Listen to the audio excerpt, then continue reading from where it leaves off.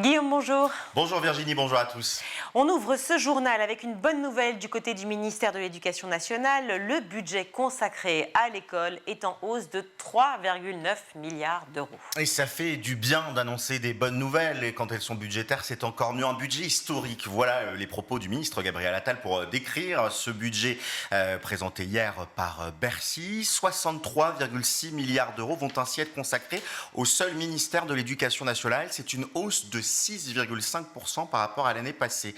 Depuis la première élection d'Emmanuel Macron, le budget de mon ministère a cru entre 2017 et 2024 de 29%. Voilà les propos hier de Gabriel Attal. Alors, cette hausse, elle s'explique assez simplement. Il y a d'abord l'effet des revalorisations salariales des enseignants. Deux hausses, 1,9 milliard d'euros sans condition par rapport donc à l'augmentation de salaire des enseignants et 1 milliard d'euros pour les signataires du pacte enseignant. Il y a des mauvaises nouvelles quand même à la lecture de ce budget.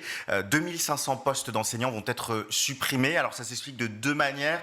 D'abord une baisse démographique, on va avoir moins d'élèves à la rentrée et puis les classes vont être plus chargées. À noter également, et on en parle souvent donc ça fait plaisir, 4800 AESH supplémentaires vont être recrutés et ça c'est une demande qu'elles ont et qu'ils ont depuis plusieurs années. Vous savez, c'est les accompagnants pour les élèves en situation de handicap. L'autre fait notable, c'est l'augmentation de 20 millions d'euros du budget alloué au SNU qui passe à 160 millions d'euros pour 2024 avec la volonté d'accueillir jusqu'à 80 000 jeunes. Évoquons désormais une enquête très inquiétante. Les étudiants juifs s'inquiètent d'une montée de l'antisémitisme venu de l'extrême gauche.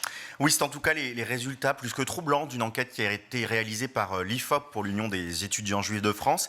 Les étudiants juifs interrogés expriment une préoccupation beaucoup plus marquée envers les actes et violences d'extrême gauche, pour 83% des sondés, que ceux provenant de l'extrême droite. Ils redoutent donc l'antisémitisme venu de l'extrême gauche. Ça n'est pas étonnant pour Frédéric Dabil, directeur général du pôle opinion de l'IFOP. Voilà ce qu'il explique. Cela confirme une rupture historique dans la perception de la menace que ressentent les Juifs de France. Avant, c'est de Jean-Marie Le Pen que venaient les inquiétudes. Aujourd'hui, c'est de Jean-Luc Mélenchon. Oui, on attend une réaction de l'extrême gauche. En Espagne, un élève de 14 ans a poignardé 5 personnes aujourd'hui. Oui, c'est un fait divers terrible qui s'est produit dans une école à Jerez de la Frontera en Andalousie. Un élève de 14 ans est venu avec 2 couteaux dans son établissement et il a poignardé 5 personnes, 3 enseignants et 2 élèves. On ne connaît pas pour l'heure les motivations de cet élève. La personne la plus grièvement blessée est une professeure de biologie qui a été blessée à l'œil. Elle a été transportée à l'hôpital. Le pronostic vital des autres personnes n'est pas engagé. C'est un élève qui est décrit comme un élève à problème qui a eu ça. Tout a été filmé, rediffusé sur les réseaux sociaux via des téléphones portables. Évidemment, les cours sont suspendus dans l'école, au moins cet après-midi, et on attend les suites de l'enquête pour comprendre ce geste complètement déraisonné.